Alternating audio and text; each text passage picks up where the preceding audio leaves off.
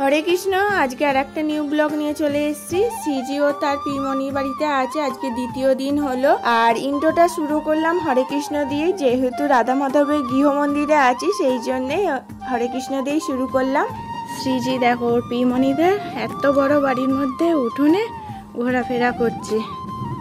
তোমরা দেখবে পিমনিদের কি সুন্দর সুন্দর ফুল গাছ আছে। দাঁড়াও, দেখো এখানে কত রকমের ফুল গাছ আছে, অনেক রকমের আছে।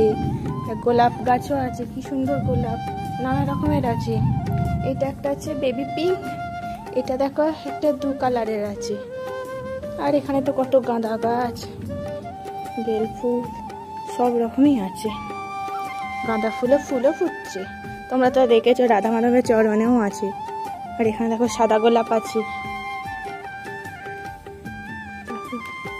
এখানে আর একটা গোলাপ, এটা একটা অন্য পিঙ্ক, ওই পিঙ্কটা একটা আলাদা, এই পিঙ্কটাও আলাদা। ও পড়ে যাচ্ছিলাম। এই দেখো এই গাছটা বেশ বড়, কত বড়, দেখ কতগুলো ফুল হয়েছে দেখ।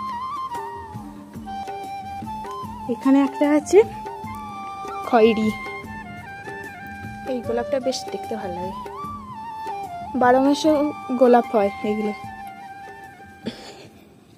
বলো মাম্মা কত ফুল গাছ, ওই একটা বড় গোলাপ ফুল ফুটেছে দেখো।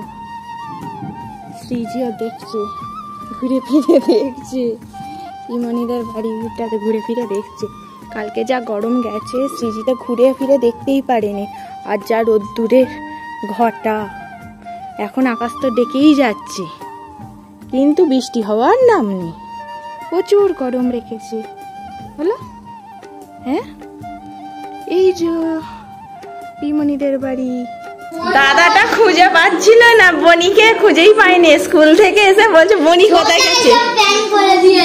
হ্যাঁ, এই দাদাটা স্কুলে গিয়েছিল আর বনিকে এসে খুঁজে পাইনি, সেই জন্য বলছে বনি কোথায় গেছিল।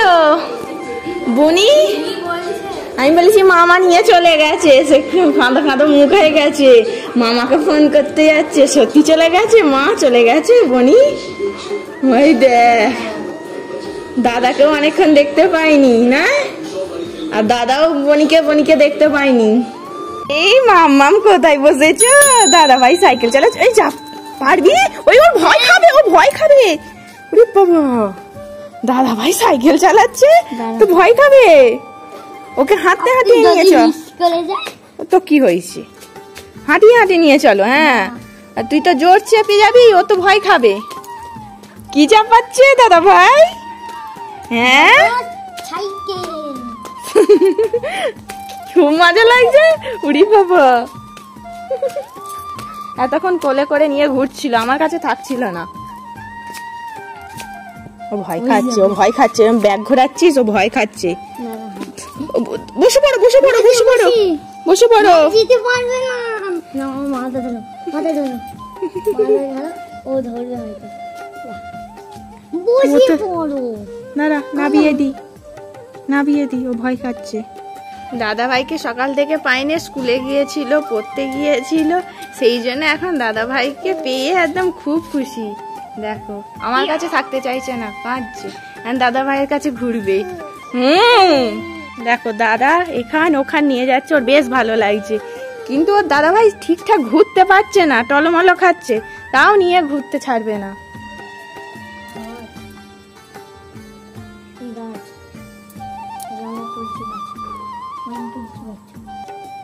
আমি কথা বলতে পারি না দাদা, গরম হচ্ছে, এখানে নিয়ে এলি।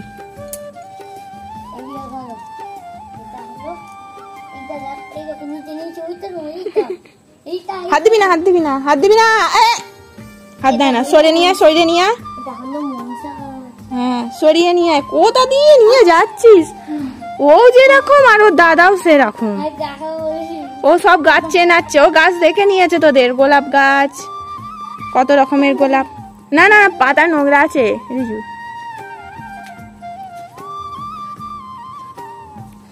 এটা কে এঁকেছে রে?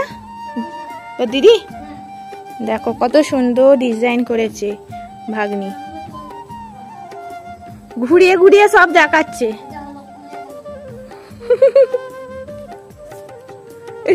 খেপিটা, তুমিও তিলক পড়ুনি আর বোনকেও তিলক পরে দিওনি আজকে? হ্যাঁ, কখন তিলক পড়বে তুমি? স্কুলে পড়ে গেছো, এখন পড়ে দাও তোমার বোনকে আর তুমিও পড়ে নাও। আস্তে আস্তে নিয়েছো না, কত জোর জোর হাঁটছে দেখ না, পড়ে যাবে। তুই যাচ্ছিস, আমার ভয় করছে। বসলে হবে না, দেখিছিস, বসলে হবে না।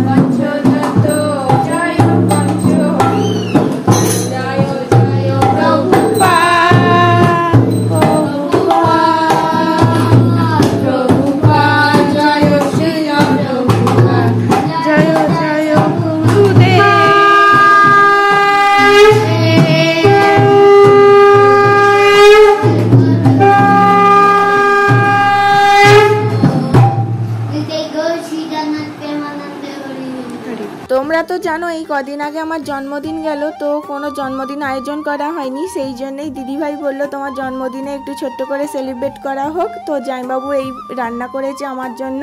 সবাই বিরিয়ানি বসাতে পারছে, শুধু খালি এনার জন্মদিন বলে। এটা বিষ্ণু প্রসাদ, বিরিয়ানি নয়, ওই আর কি করে বলছে। হ্যাঁ, এই দেখো ইন্দুলেখা খাচ্ছে, প্রসাদ পাচ্ছি ইন্দুলেখা। আমার জন্মদিনে জামাইবাবু সব আয়োজন করেছে, নিজের হাতে সব রকম রান্না করেছে। হ্যাঁ, দুপুরে লুচি ঘুগনি, দুধ সুজি, মিষ্টি, টেস্টি খাবার, ভালো তো লাগবেই।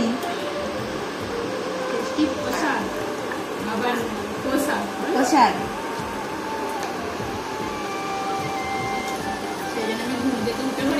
হ্যাঁ সত্যি, এই কিছুক্ষণ আগে এখানটাই ঘুমোচ্ছিল। হ্যাঁ, সন্ধ্যা থেকে ঘুমাচ্ছিল। আর এটা হলো ভিভো V40, আমার হাতে তৈরি করা ফোন। দাদা বানিয়ে দিয়েছে না, ওটা আমার ছিল, ছোট্ট একটা বানিয়ে দিয়েছিলাম, ওটা মা ফেলে দিল।